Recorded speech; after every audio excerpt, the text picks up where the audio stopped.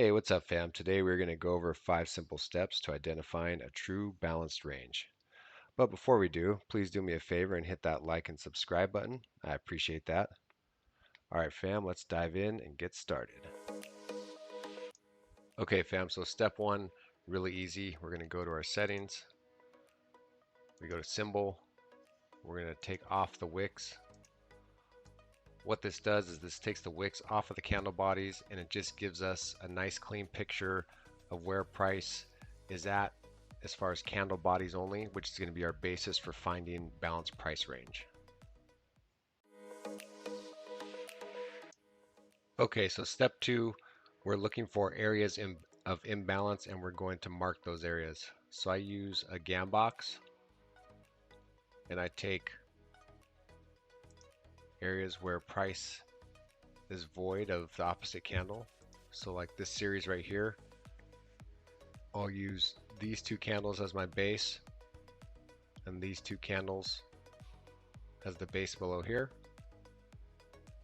And we can just drag this across and mark out that this was an area of imbalance and see how price reacts. I like to use the gam box because it gives me a 50% line, which we see price typically react to during different times in the session, like we have here, and then we'll see how price reacts later in the session. So assuming price has moved on in the session, we'll go ahead and move forward. And you can see that this area of imbalance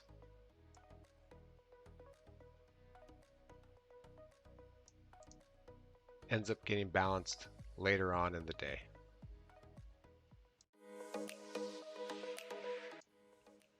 Step 3 will be looking for areas of consolidation either at the top of this imbalance where price has rebalanced the area, and even at the equilibrium point where price has balanced it up to the equilibrium point. So for this, we're going to use our gam box again. I'm going to take these 2 candle bodies that overlap and I'm going to drag them out across here. Okay, highlighting this balanced range and this area of consolidation.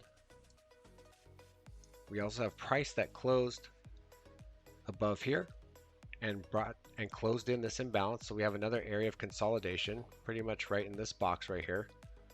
So again, I'm going to take the highest candle bodies.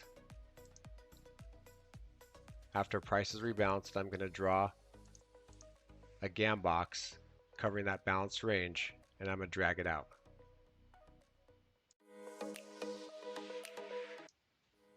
Step 4, we're going to go back to settings and we're going to put the wicks back on because it's going to help us with our entry points. So we're looking at this area of consolidation. Here we have the candle body that's highlighted and we're looking for entry points that are going to be in the premium, which is going to be the top of this gam box. So we have a couple right here where it wicks up in there.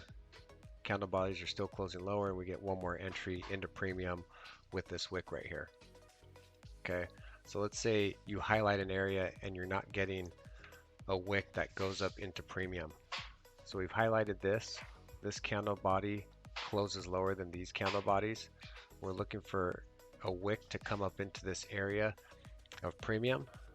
We don't have that yet, so then we're just going to move our gam box to the next balanced range, which would be these 2 candle bodies right here. So I'll take this green candle and this black candle, and this range is balanced. So then now we see wicks coming back up to equilibrium and into this area of premium. This is where I would take an entry to go to another area of imbalance. So this is the important step where after we have our entries, we are now looking for imbalances that were created prior to.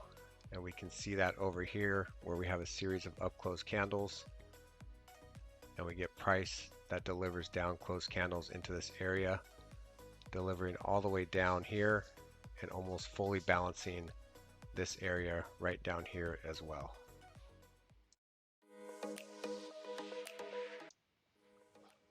So step 5, we're just going to summarize a true BPR. I'm going to go through the steps real quickly. First is going to be removing the wicks. Second, we're looking to mark out imbalances.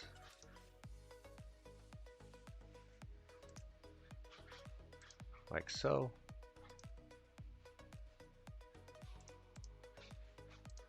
Then we want to find areas of consolidation. We have price hanging out in a very defined range, overlapping and balancing on itself. We want to then mark out areas where it's completely balanced, where price is going to return to.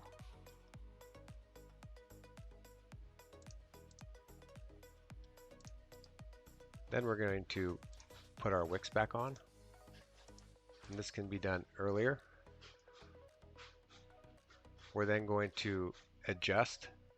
We can take price in here, setting stop losses above here. However, as you see, the candle body still closing above equilibrium. Wicks are being sent above some of these small highs that are being created, or creating a relative equal high, so you might get stopped. So I prefer to wait till candle bodies aren't closing at the equilibrium point.